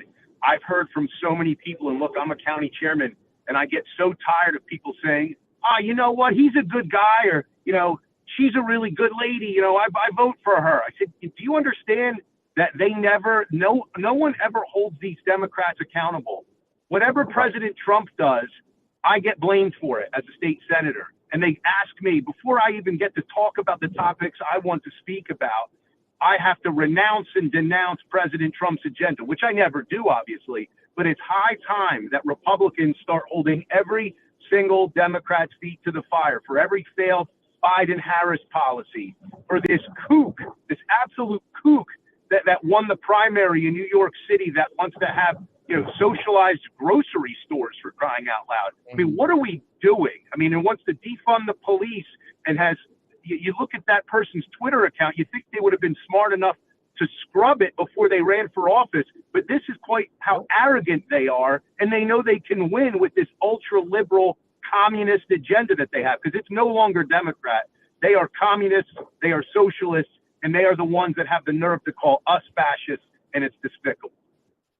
And the reason it's happened, Senator, is because you have the communists and the socialists who set out from the 1940s and 50s to take over education. So they have taken over every university in this country. My friends' kids who have kids who in their freshman year of every college, they have to take courses. The first year, their courses are, I am a racist. This country is set up endemically incorrect. This country is set up by racists. When you have that as the structure, you are indoctrinating and brainwashing the next generation. This has been going on now for 60 to 70 years. And these young kids who got brainwashed now control mass media, which is why the channel 2, 4, 5, 7, et cetera, why they're all dead in the water, why nobody's watching TV anymore, because all the leftists went and ran these TV stations and newspapers, and the rest of us are tired of their bullshit. You can't curse, I can. So I think we've had enough. And that's why the separate media like ours is now taking on a life of its own, where we have 100,000, 120,000 streams on a morning show, which is more than Channel 7 and Channel 5 used to get in terms of viewers. So I think the tide is turning, but it's taking time. I think the folks on the left in Trenton are going to have their comeuppance in this fall's election. Keep our fingers crossed. With about 30 seconds left, where do you see this vote going today? You think it's going to be 100% passing? The mayoral race this year is of the utmost importance. You know that the budget's going to pass on partisan lines in Trenton today for sure. There may be one or two Republicans who have gotten things in the budget that will vote for this budget that makes me shake my head. But this gubernatorial race, we need to elect Jack Ciattarelli at all costs. And speaking of our Italian surnames, my grandfather didn't speak a word of English until first grade, and he became valedictorian of his high school class, a scholarship to college, graduated law school, became the first elected mayor of the city of Vineland, my hometown, where I still live. This whole notion that our nation and our states are set up as inherently racist and to keep immigrants down is completely and utterly false. We must fight that narrative at all costs. All right, State Senator Mike Testa, good luck today with the vote. I know it's going to go down the way they want it, but hopefully this is the last year for a number of years that that'll be the case. Best of luck, and thank you for joining us this morning. Please come back again when we have more time. Thank you. Take care. You bet, Mike. Take care, Senator. All right, it is 8:49, and this Independence Day coming up fast. Freehold Borough celebrates its heroes with the launch of the Veteran Recognition Sign Program. 5 local vets will be honored with personalized street signs unveiled after the Declaration of Independence reading on July 4th. Joining us is Dan Xavier, the Freehold resident and U.S. Army vet behind this heartfelt initiative, to share how it is uniting the community in gratitude. Dan, thank you. Congratulations on bringing this Veteran Recognition Sign Program to life. Thank you for your service. What inspired you to spearhead this initiative in Freehold? So this initiative actually came through the town council through the participatory budget committee. What they do is they solicit ideas that people want to see happen in the town, And as long as it fits a certain criteria, it can then be implemented. This particular veterans initiative didn't really criteria. However, I was asked to personally kind of spearhead this and see if I could make something happen so we could recognize our hometown veterans. And it makes a lot of sense because the town of Freehold, that's actually where the Battle of Monmouth started. So we have a deep history, a deep connection to our military. So I just kind of took the idea, modified it so we could actually recognize a lot more veterans than you would have on these hometown hero banners that are usually placed throughout towns. Usually they can do about 24 to 50 honoring those vets. We're actually able to honor 330. So we are going to be inducting basically 15 vets a year. There will be 5 Decembers on Memorial Day. And then starting on July 4th, we're actually rolling this out this week, we're going to be inaugurating 5 of the oldest living veterans, because it's really important that they get to see the honor. A lot of times they don't, people don't get to really witness that. It's usually for the benefit of the family. It'd be really helpful to see, for these veterans. So we have a couple of members that are coming in, some World War II veterans, which are fantastic, some Korean War veterans. And then we're going to do another 5, again, going with the oldest on Veterans Day. So the idea is we inaugurate 15 a year. I love it. God bless you for doing it. And the program took nearly 2 years to develop. What were some of the challenges that you faced, and how did the community come together and say, you know what, we got to make this happen? So there were some challenges. Obviously, we have to make sure that we're not adding to the budget of the town, and we have to figure out, there were a lot of logistical challenges as well. I had to basically come up with criteria on who qualified. And the thing is, all veterans are going to qualify for this as long as they were not a member who was dishonorably discharged. So everyone's going to qualify for this, which is really good because everyone made a sacrifice. Not everyone was deployed like I was, but they still made that sacrifice and they were still ready to go if they were asked. So it's really important that everyone gets a little bit of a recognition and a nod to that sacrifice. It was a challenge because you have so many people that have served in this community. How do we make sure they're all honored? How do we make sure that people, these signs, how do we make sure that they're not just overlooked? Because all of these communities are inundated with signs, road signs and this sign and that sign. So these are actually street sign toppers. So they're going to go on every single street sign that we have in the town, which is, we're not changing the names of the street, but every single one is going to have a veteran honored with their insignia of the branch they served in. So it's going to be really pretty exciting. It would be nice? It would be nice if the schools taught what those signs are about. It would be nice if there could be a school field trip where the kids come along the streets and somebody says, here's Corporal such and such, here's Sergeant such and such, because if you don't know your past, you're doomed to repeat it. Young kids have to know. These young people, in many cases, now we have veterans who are alive, certainly, but we have many who sacrificed. They went in as 17, 18-year-old kids and died so that these young kids today can play video games and hang out and do whatever the hell they want. And they need to learn. Is there any work to make sure that the schools are integrated in this and make sure that the kids understand what those signs are? So it's funny that you mentioned that. I'm actually taking a note down, and I'm going to bring this up with the Board of Education. So it's actually it's a great idea. So I'm going to bring that to them. To be honest, I spent the last 2 years just trying to get this program off the ground. I didn't even think beyond, let's just get it going, and then I can do something else to really promote it. I'm going to take that, if you don't mind, I'm going to take that idea right to the school. My pleasure. It is a gift to you. I mean, I have vets in my family. My dad, who's still alive, God bless him, he's almost 95 years old. He was a Marine. He was in the Korean War. And he talks about it all the time still. He talks about when he was at Camp Pendleton. He talks about when he, as a kid, 18 years old, hitchhiking cross country to get home. Hearing the stories from the vets and I'm sure you probably have enough to go through a whole evening and then some of conversation over dinner. Hearing what these young kids, they were kids, what they went through and risking their lives and not thinking about it when they signed up that, hey, I could die. But they were so proud to be American. And unfortunately, then you have a socialist like Mamdani who could care less about the history of this country, in fact, hates the history of this country. And it makes me ill that that's the case. And I know you don't want to get into the politics of it. I don't mean to drag you there. But I'm so proud when I see somebody like you and what you did and what you're doing now for these vets. So I'm sure you are so proud that these signs are going to be unveiled and sending quite the message to Freehold residents.